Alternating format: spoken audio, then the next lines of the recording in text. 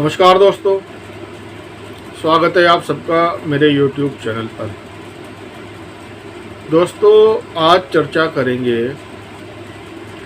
धोखे का ग्रह क्या होता है।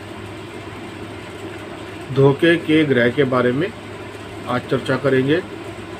धोखे की दृष्टि क्या होती है, लाल किताब में इसके बारे में क्या बताया गया है और इसका क्या प्रभाव पड़ता है। लेकिन दोस्तों, इस जानकारी से पहले मेरा आप सबसे निवेदन है कि आपको मेरी वीडियो अच्छी लगे तो मेरी वीडियो को लाइक करें, शेयर करें और मेरे YouTube चैनल को जरूर सब्सक्राइब करें और नोटिफिकेशन बेल को भी जोड़ दबाएं, जिससे आपको मेरी आने वाली वीडियोस की जानकारी मिलती रहे। तो दोस्तों, शुरू करते हैं आज का विषय। धोखे का ग्रह क्या होता है, कब बनता है, इसका क्या प्रभाव होता है, धोखे की दृष्टि क्या होती है। दोस्तों, सबसे पहले बात करते हैं कि लाल किताब में इसके बारे में क्या लिखा है। तो दोस्तों, लाल किताब में पंडित जी ने लिखा है कि अब यह ग्रह दोगुनी ताकत के होंगे, मतलब धोखे के ग्रह दोगुनी ताकत के होंगे। अच्छे या बुरी बात का फैसला पक्के घर नंबर 10 में धोखा के ग्रह के मुतल्लिक दिए हुए उसूल पर होगा। ये तो दोस्तों जो डेफिनेशन पंडित जी ने दी है वो मैंने आपको बताई है। अब इसका क्या मतलब होता है दोस्तों? इसका मतलब ये है इस डेफिनेशन का कि कुंडली के किसी भी घर में, किसी भी भाव में, किसी भी खाने में बैठा हुआ ग्रह अपने से 10वें भाव में बैठे हुए ग्रह को अपनी धोखे की दृष्टि से उससे संबंधित रिश्तेदारों और वस्तुओं पर अपना शुभ या अशुभ प्रभाव देगा। दोस्तों, इस बात को आगे और मैं क्लैरिफाई करता हूँ। जब कोई ग्रह अपने से 10वें घर में बैठे ग्रह को देखता है तो दोस्तों ये धोखे की दृष्टि भी होती है। तो जब कोई ग्रह अपने से 10वें घर में 10th हाउस में बैठे हुए ग्रह को देखता है तो वह धोखा देता है, तो वो धोखे का ग्रह बन जाता है, उसे धोखे का ग्रह कहते हैं। और दोस्तों, तो वह धोखा देता है और उसे धोखे की दृष्टि कहते हैं। तो धोखे का ग्रह और धोखे की दृष्टि ये होते हैं। अब जैसे दोस्तों, खाना नंबर 1 में बैठा हुआ ग्रह खाना नंबर 10 में बैठे हुए ग्रह को धोखा देगा, या खाना नंबर 4 में बैठा हुआ ग्रह खाना नंबर 1 में बैठे हुए ग्रह को धोखा देगा।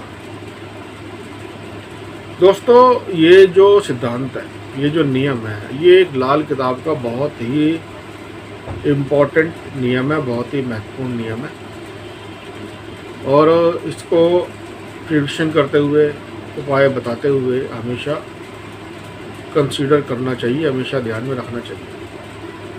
अब दोस्तों, जो ये उसूल बताया गया है, जो ये नियम बताया गया है, तो धोखे के ग्रहों के नियम के हिसाब से धोखे का ग्रह 2 गुना मंदा या नेक हो सकता है। इसका मतलब ये है दोस्तों कि जो ग्रह धोखा देता है वो हमेशा बुरा ही नहीं होता। धोखे का ग्रह अच्छा फल भी दे सकता है और बुरा फल भी दे सकता है, और जब भी देगा तो 2 गुना देगा। अब दोस्तों, एक एग्जाम्पल के माध्यम से मैं आपको समझाता हूँ। मान लीजिए किसी जातक की कुंडली के 9th हाउस में खाना नंबर 9 में शनिचर है। अब खाना नंबर 9 में जब शनिचर होता है दोस्तों, तो उसको अच्छा माना जाता है, शुभ फल देने वाला माना जाता है और इसका असर 60 साल तक होता है। अब दोस्तों, खाना नंबर 9 में शनिचर है और खाना नंबर 6 में 6th हाउस में बुध है। अब 6th हाउस में दोस्तों बुध उच्च का होता है, अपना उच्च का असर देता है। अब दोस्तों जो डेफिनेशन पंडित जी ने बताई है उसके हिसाब से, अब अगर जिस जातक की ये कुंडली है, अब उसके मामा 6th हाउस मामा को रिप्रेजेंट करता है, मामा को 6th हाउस से देखा जाता है। तो इस जातक के जिसका बारे में मैंने बताया कि शनि 9th हाउस में है और बुध 6th हाउस में है, तो अगर इसके मामा शनिचर के काम करेंगे, क्योंकि शनि यहाँ धोखा देगा, तो शनिचर के काम करेंगे तो बर्बाद हो जाएंगे, क्योंकि शनि यहाँ धोखे का ग्रह है। क्योंकि दोस्तों कुंडली का खाना नंबर 9, कुंडली का जो खाना नंबर 9 है और खाना नंबर 6 है, ये आपस में 1-10 में बैठे हुए हैं। मतलब शनि से 10वें घर में बुध बैठा हुआ है, तो अब शनि यहाँ धोखा देगा। तो ऐसे में अब धोखा किसको देगा? 6th हाउस से रिलेटेड रिश्तेदारों को। तो 6th हाउस से रिलेटेड रिश्तेदार है दोस्तों मामा। तो अब मामा शनिचर के काम करेंगे तो बर्बाद हो जाएंगे, पर बुध के अगर कारोबार करेंगे तो उनको बहुत ही शुभ फल मिलेगा। अब दोस्तों जो जिस जातक की कुंडली में ऐसा योग है, तो उसका जो शनि का फल है उस जातक के बुजुर्गों के लिए, बड़ों के लिए अच्छा होगा। दोस्तों इस नियम को समझने के लिए खाना नंबर 10 से संबंधित नियम को जान लेना बहुत ही जरूरी होता है।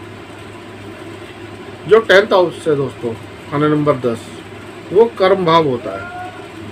उसे किस्मत की बुनियाद का मैदान कहा गया है। और अगर 10th हाउस में कोई ग्रह होता है तो जातक कर्म योगी होता है। और अगर ठीक और पॉजिटिव कार्रवाई करे, सकारात्मक कार्रवाई करता है, तो उसके जो नतीजे होते हैं, जो रिजल्ट होते हैं, 2 गुना अच्छे होते हैं, 2 गुना अच्छा फल देते हैं। और अगर वो जातक काम दिशाहीन होकर करता है तो ऐसे में उसको 2 गुना नुकसान होता है। दोस्तों धोखे की जो दृष्टि होती है, इसका असर सिर्फ आजीविका पर होता है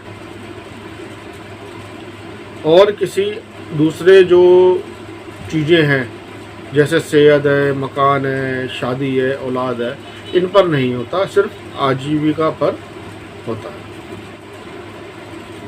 दोस्तों आपको एक कुंडली दिखाई दे रही है। इस कुंडली में दोस्तों ग्रह तो नहीं है, लेकिन तीर के निशान बने हुए हैं। वो किसी खास वजह से बने हुए हैं। मतलब तीर का निशान जिस घर से शुरू हो रहा है, उस घर में बैठा हुआ ग्रह, जिस घर में तीर का निशान खत्म हो रहा है, उस घर में बैठे हुए ग्रह को धोखा देगा। अब जैसे खाना नंबर 1 में आप देखेंगे तो यहाँ से तीर का निशान शुरू हो रहा है और ये ख़त्म हो रहा है खाना नंबर 10 में। तो खाना नंबर 1 में बैठे हुए ग्रह धोखा देंगे खाना नंबर 10 में बैठे हुए ग्रह को। ऐसे ही खाना नंबर 2 में बैठे हुए ग्रह धोखा देंगे खाना नंबर 11 में बैठे हुए ग्रह को। और खाना नंबर 3 में बैठे हुए ग्रह धोखा देंगे खाना नंबर 12 में बैठे हुए ग्रह को। और खाना नंबर 4 में बैठे हुए ग्रह धोखा देंगे खाना नंबर 1 में बैठे हुए ग्रह को। इसी तरह से दोस्तों बाकी घरों को भी देख सकते हैं। तो इससे ये पता लग जाएगा, इस टेबल से ये क्लियर हो जाता है कि कौन से घर में बैठा हुआ ग्रह कौन से घर में बैठे ग्रह को धोखा देगा। तो दोस्तों इस तरीके से लाल किताब में धोखे के ग्रह, धोखे की दृष्टि के बारे में बताया गया है। तो दोस्तों उम्मीद करता हूँ मेरी इस वीडियो से आपको एक अच्छी जानकारी मिली होगी। आपको मेरी वीडियो अच्छी लगे तो मेरी वीडियो को लाइक करें, शेयर करें और मेरे YouTube चैनल को ज़रूर सब्सक्राइब करें। धन्यवाद।